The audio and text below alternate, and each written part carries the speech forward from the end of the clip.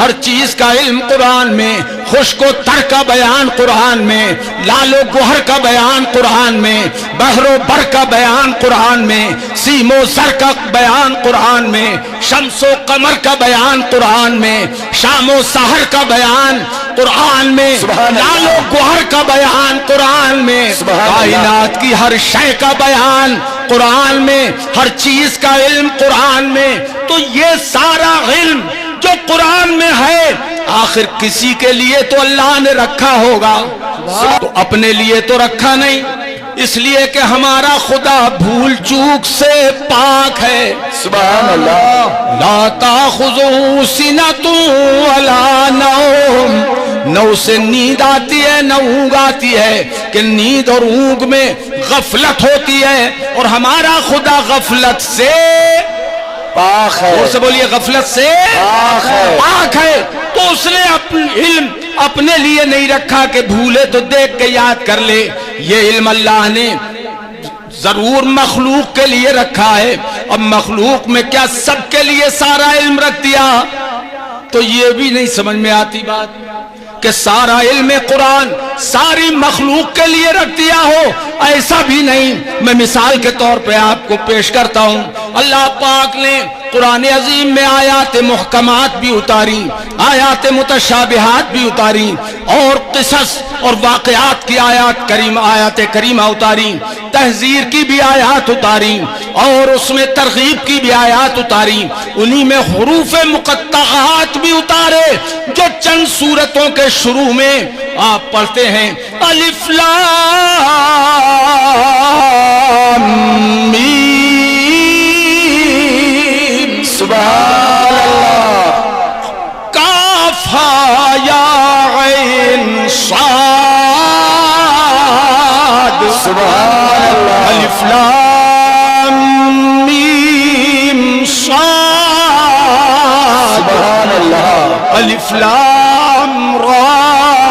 یہ سارے حروف مقطعات قلت وقت کی وجہ سے اور پیش نہیں کر رہا ہوں، یہ حروف مقطعات اللہ پاک نے اتارے۔ اب اس کے بارے میں جمہور مفسرین یہی فرماتے ہیں، اللہ اعلم بمرادہ بذالک، خدا ہی اس کی حقیقی مراد جانتا ہے۔ سبحان اللہ۔ تو اللہ اس کی جو حقیقی مراد اور اس کا جو واقعی مطلب اور ترجمہ اور اس کا معنی ہے وہ خدا ہی جانتا ہے، کوئی اور کیا جانے۔ مگر مزے کی بات یہ ہے کہ جب یہ حروف نازل کیے گئے تو جبریل امین جب لے کے آئے اور مصطفیٰ جان رحمت کو سنانے لگے تو سرکار فرماتے جاتے علمت و فہمت، میں نے جان لیا، میں نے سمجھ لیا، میں نے جان لیا، میں نے سمجھ لیا۔ حضور فرماتے جاتے میں نے جان لیا، میں نے سمجھ لیا۔ وہ سنا رہے ہیں کاف ہا یا عین صاد، حضور نے فرمایا میں نے جان لیا، میں نے سمجھ لیا۔ تو جبریل امین عرض کرتے ہیں آقا میں لانے والا جبریل نہ سمجھ سکا کہ ان کا معنی کیا ہے، اور آپ سنتے ہی سمجھ گئے۔ سبحان اللہ۔ فرمایا جبریل تمہارا مقام اور ہے، میرا مقام اور ہے، تمہاری شان اور ہے، میری شان اور ہے۔ حضرات جبریل امین نہ سمجھ سکے، حضور سمجھ گئے۔ بات کیا ہے؟ قرآن نام ہے، اسم قرآن نام ہے، لفظ اور معنی دونوں کا ہوا اسم للنظم والمعنی جمیعا۔ قرآن الفاظ اور معانی کے مجموعے کا نام ہے، تو اللہ پاک نے الفاظ بھی اتارے ہیں مصطفیٰ پر اور معانی اس کے معانی بھی اتارے ہیں۔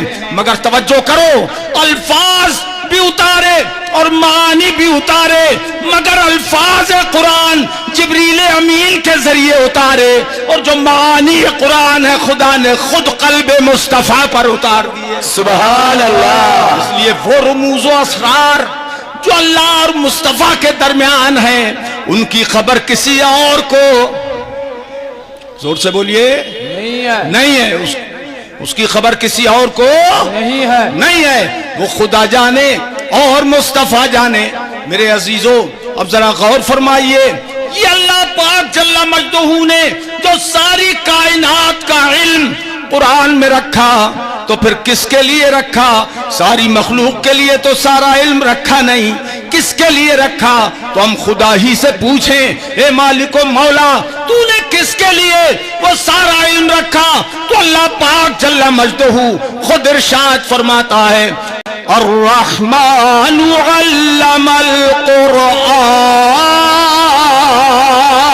اللہ پاک فرماتا ہے رحمان نے خود اپنے حبیب پر قرآن، اپنے حبیب کو خود قرآن سکھایا۔ سکھانے والا خدا ہے اور سیکھنے والے مصطفیٰ ہیں۔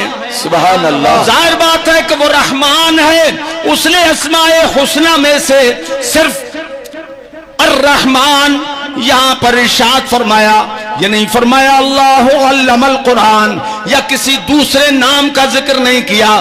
رحمان نے اپنے حبیب کو قرآن سکھایا، یعنی سکھانے میں اللہ نے رحمت کے ساتھ اپنے حبیب کو سکھایا، رحم و کرم کے ساتھ سکھایا۔ اور جب کوئی استاد اپنے شاگرد پر مہربان ہوتا ہے تو کوئی گوشہ چھپاتا نہیں ہے۔ سبحان اللہ، چیز سکھائی۔ تو قرآن کی شان یہ ہے کہ ساری کائنات کا علم قرآن میں اور سارے قرآن کا علم سینہ حبیب میں۔ تو بتاؤ عالم کی کون سی چیز مصطفیٰ سے بچی اور چھپی رہی؟ سبحان اللہ، سارے کائنات کا علم مصطفیٰ کے سینے میں ہے، اور یہ قرآن ہی سے ثابت ہے جس کا انکار کوئی بھی بے دین بھی نہیں کر سکتا، کلمہ پڑھ کے اس کا انکار نہیں کر سکتا۔ اللہ پاک نے اپنے حبیب کو ایسا علم فراواں عطا فرمایا اور ایسا بحر بے قرار عطا فرمایا کہ کائنات میں جس کی کوئی مثال